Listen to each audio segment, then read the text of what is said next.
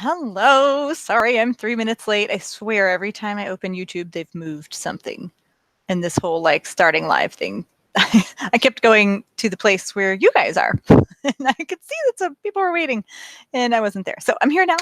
Yay. Hi. Today, we are talking about a topic that's a lot more for our advanced kids. And you might notice I'm not in my kitchen. And I planned this topic this way because, well, I was kind of hoping that my kitchen would be torn up.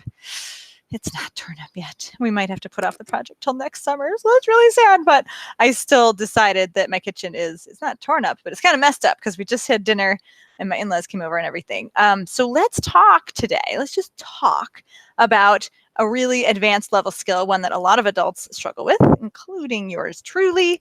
And that's planning meals and kind of that whole idea of how do we get everything done at the same time. Okay, that's definitely multitasking. Like you'd have to like almost over plan in order to make different parts of the meal and never multitask, right? So there's always, something you can do. And pardon me real quick, I'm just going to try to see, I want to make sure that I catch comments if they come in. Sometimes I forget where those are. So I'm not a big, like I like doing things and I like talking about things, but I'm just not a big like cutesy printable type person.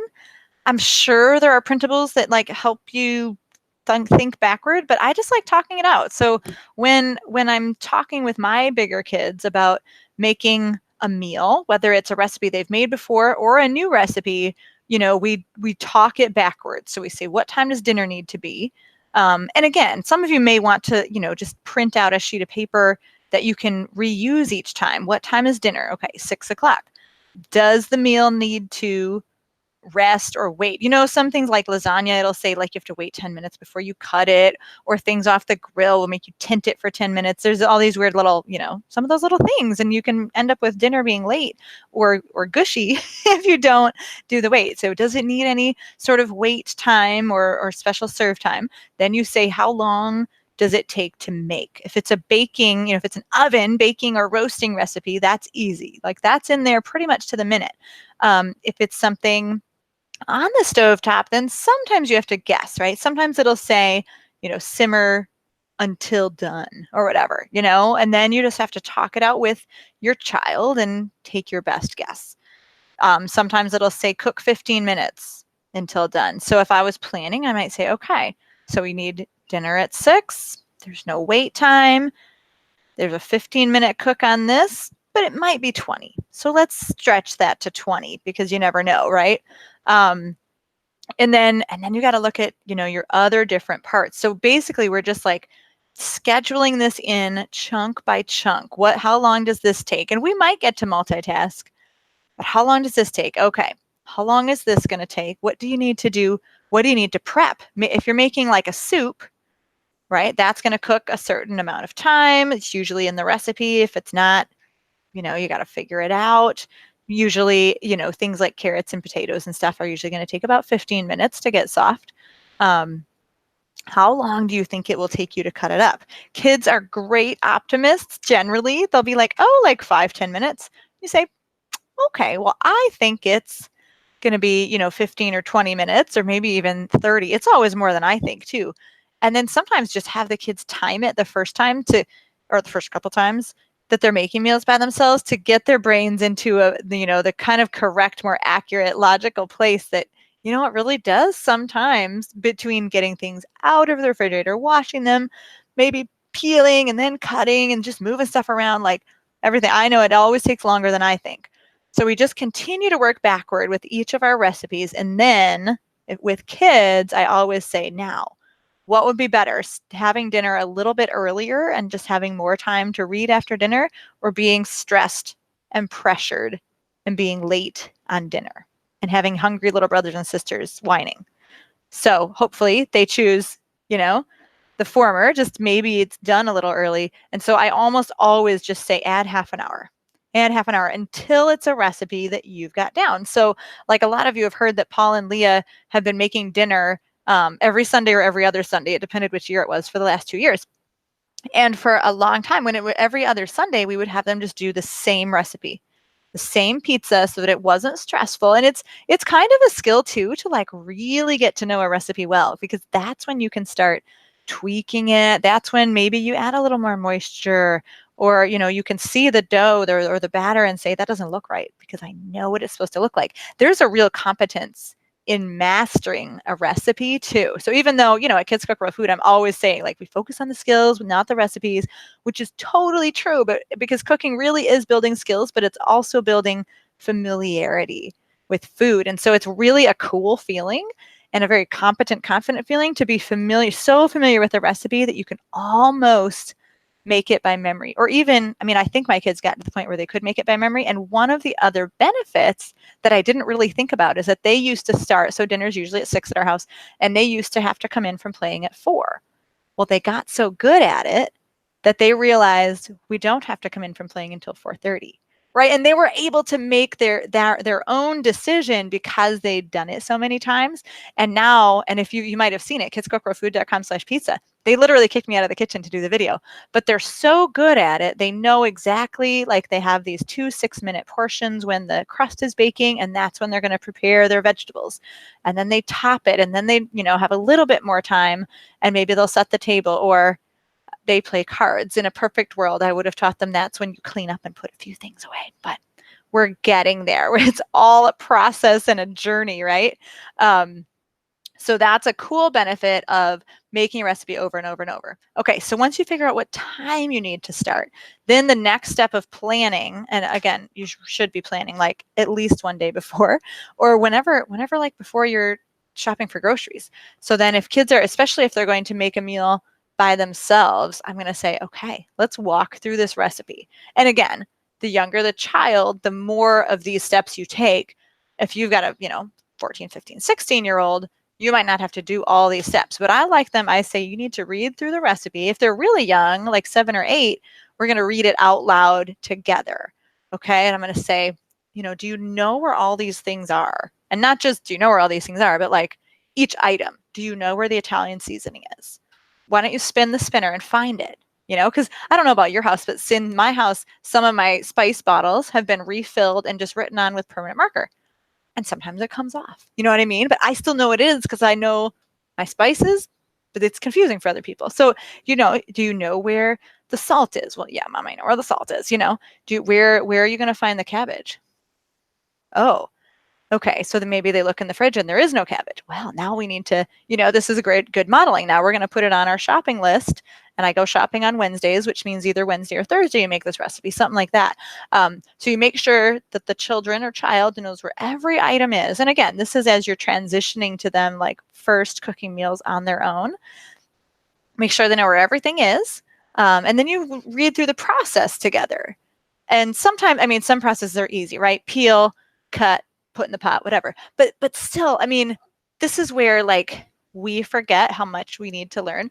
Paul will call me on this sometimes. Some of the recipes in Kids Cook Real Food don't say whether to put a lid on it or not. And he's like, should I put a lid on it or not? Actually, I think, I don't know. I think there's one where I missed saying whether you should put a lid on or not. And it's something like bring water to a boil, right? Before making something. So for me, I always put the lid on. And my apologies. I think I actually did forget to write, like just on one out of all of them. It's in the extension book. We didn't say the lid. And he's also checked me a couple times on some of the Kids Cook Real Food recipes. Like, Mom, you didn't say what size pot. Okay. And a lot of recipes don't always say what size pot, or they'll say a medium pot. Well, who's medium? You know what I mean? Even like, so it's a really, really good to talk through it with your kids. What pot are you going to use? Do you know what spoon to use, or whisk, or spatula, because sometimes, again, in your kitchen, certain tools don't go where they might scratch a pan, or they might not be effective. So you talk through the tools, talk through the pots and pans sizes. And even, if the recipe says dice, what does dice mean? Paul, for a long time, when Paul would dice potatoes, they'd be like almost 2 inches. Well, that's being mean. They'd be like 1.5 inches though. Pretty big. And it took a couple times of he making cheeseburger soup or potato salad, or some of our favorite things to make, and he would cut up all the potatoes and they'd be just huge. And then a couple times I'd say, Paul, watch Gabe eating those. And Gabe was like, 3, or 2. And he can't, they're too big for his mouth. I said, so when you dice potatoes, like you need to think about your brother's size of mouth. Like it's got to be about half of what you're doing. So it was just, it was a learning experience for me too, because we hadn't always talked about right then and there the size. So you talk about the size that you cut things. Do you peel it or not? Not all recipes say to peel it or not. Depends how well they're written, how precisely. So you just talk through the whole recipe. And then, again, the first time a child makes a recipe all by themselves, I would recommend that it be the only thing they make, ideally. Although if they're older, then you can start to do that whole multitasking thing. So then you're going to maybe have 2 recipes, a main course and a side. And you need to talk it through. You're going to do this. Okay, what do you do next? And let the child do most of the talking. You're going to do this. And what are you going to do next? And then help them look for places in recipe 1 where there's a rest time, right? You put the lid on and you cook it for 15 minutes. Aha. Now what can you do? Oh, now I can move over to this one. And you just kind of talk it through. And it's going to be different for every single meal, every single time. And I'll give you just a couple of like real life examples, but you're just kind of talking it through and see what happens. And sometimes you might try a certain system and then you'll get to the end of the main dish and you realize, oh, that side dish actually says to simmer for 30 minutes. Okay, hold up. We actually have to start the side dish first, right? And then work on the main course or whatever. So there's always a lot of different ways to do things. For example, tonight I knew that I was going to make pasta. I knew I was going to make a cabbage salad. I knew I was going to saute mushrooms and onions to go with the pasta. So I thought it through and I thought I'm going to make my cabbage salad first, because I know that the flavors will have some time to like get friendly with each other and the cabbage salad will taste better that way. Plus I know pasta doesn't take very long to cook and it'll cool down if I cook it and then make my raw salad, right? So I started with my cabbage salad, got that all situated. And I actually kind of messed up because then I started my pasta and I really should have cut my mushrooms first because mushrooms and onions can kind of take some time. I just cooked them faster. It worked out fine. But that's the kind of thing, right? If you're making pasta, for example, you got to boil the water first. If you've got a big family, that's a big pot of water. It might take 10 minutes.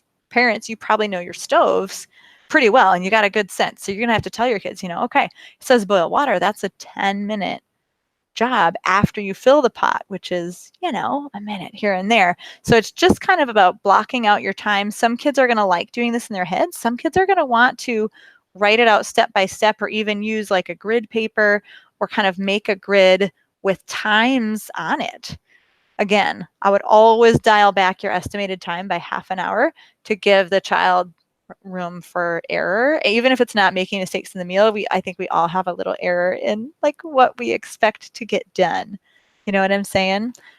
Stir fry is another really good one. You decide, do you make the meat or the vegetables first? Okay, well, I really don't like overcooked vegetables. So when I make stir fry, I always start the rice first because rice will just stay warm, especially if I'm using the Instant Pot. I could start the rice at lunchtime and it'll still be warm and just perfect, So I always start the rice first and then I cut up the chicken or the beef or whatever, or sometimes I've done that earlier in the day so it can marinate. It depends, how well planned I am, right?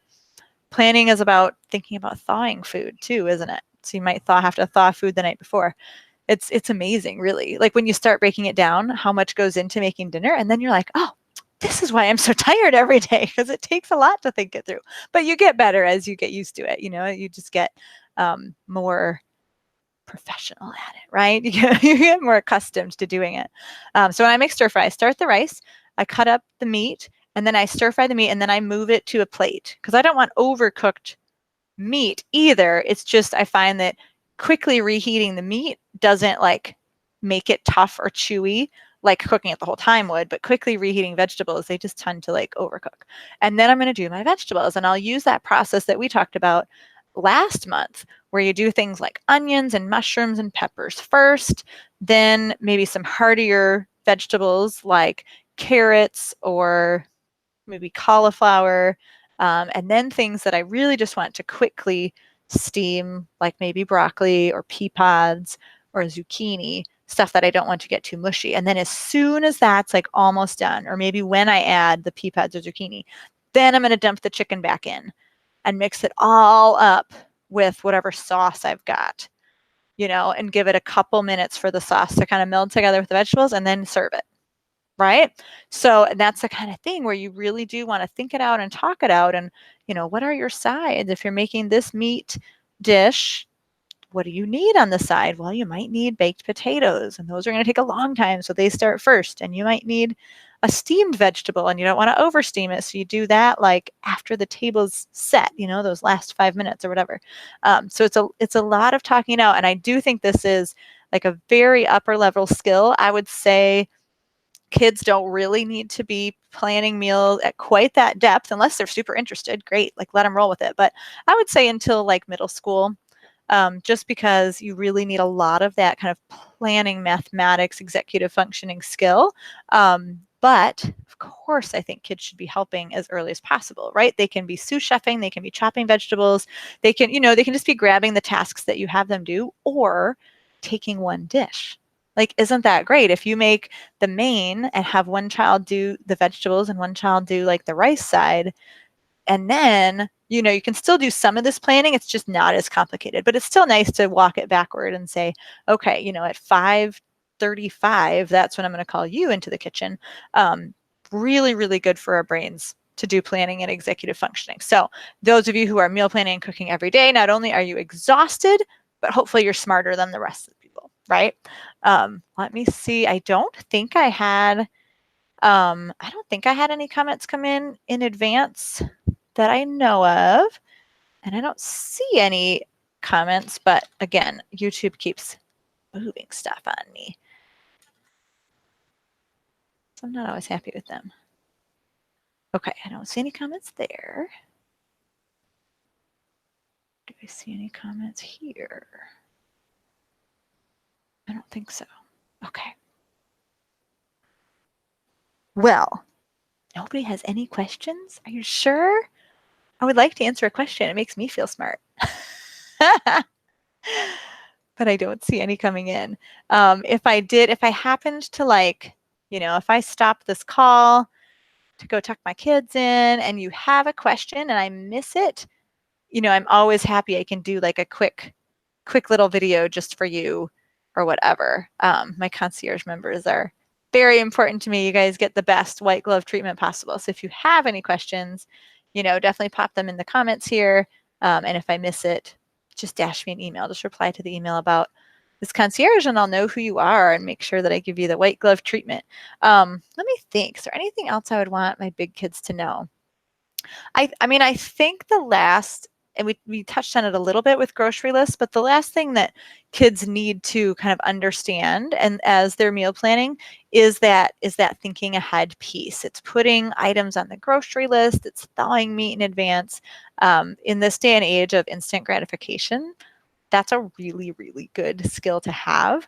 So I'd highly encourage you to include your kids in making grocery lists. I have to admit that I don't always do that because I'm usually planning after my kids are in bed.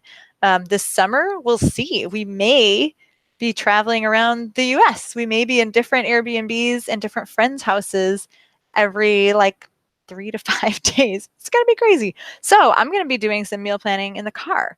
And I'm going to have, a set of meals. My plan is to have a set of meals where I know we can go to one Aldi or one Costco and buy everything we'd need for that meal with very little leftovers, or leftovers that are easily carted with us, right? So if I buy a rice bag that's this big and I need 3/4 of it, that's not that much to pack with us because we are going to be seriously almost down to the grain of rice, packed perfectly into our van. It's going to be crazy. But I do plan to involve my kids in that. I want them to think with me. They'll all be in the grocery store with me, which will be very rare because, again, they're in school all day. Only little Gabe gets to go to the grocery store. And for him, it's not as much the planning, but it's, touching and smelling and talking about texture and color and which things are the same and which things are different and what's soft and what's hard and all that stuff. So he's not using his executive function yet because he doesn't have it, which is fine. And that's why, toddlers throw tantrums. Anyway, grocery shopping is a great activity for all of your children. So I'm guessing as we head into summer, many of you will have kids at home more often. And I would just challenge you and myself at the very same time to, continue to get them both in the kitchen, building those skills, but also extending and stretching those skills into things like meal planning, grocery list making, and grocery shopping. Leah has her birthday party in a couple days here, and she has been making lists for weeks, maybe months. It's really quite funny. So she told me what to put on the grocery list for this week. Now, she might have missed some stuff. So like she and I need to sit down tonight or tomorrow. Actually, she's coming grocery shopping with me tomorrow, but we need to talk it through, like, because I know we got some of the food last week and we're getting some of it this week. And I just need to make sure that those lists come together without any gaps for her taco lunch that we're making for the girls. And then I have to figure out when I or she is going to make that, because I forgot to plan that part because life's been crazy. So again, never be afraid to make mistakes in front of your kids. Just own up to them and say that you're still trying, and you'll get better next time. It's been a joy to talk to you, my advanced kids and my moms and dads who are committing to teaching their kids to cook. Summer is a great time for a kid's cooking day, and it doesn't have to be dinner, because sometimes dinner feels more stressful, right? Because people are starting to get a little hangry at the end of the day. Maybe it's a snack. Maybe it's a breakfast that they can even work on the night before, right? Or the day before. Maybe it's lunch. And you have, they can come into the kitchen at 10 in the morning and get something prepared for lunch that can hold until noon. So we want to give our kids successes. We definitely want to give them some wins, but we also do want to challenge them and raise the bar on what's expected of them, which in this culture is not much. So I hope in your home that you do expect a lot, and that you truly, truly enjoy your time this summer cooking and eating real food together as a family. I'm Mrs. Kimball for Kids Cook Real Food. Have a good one.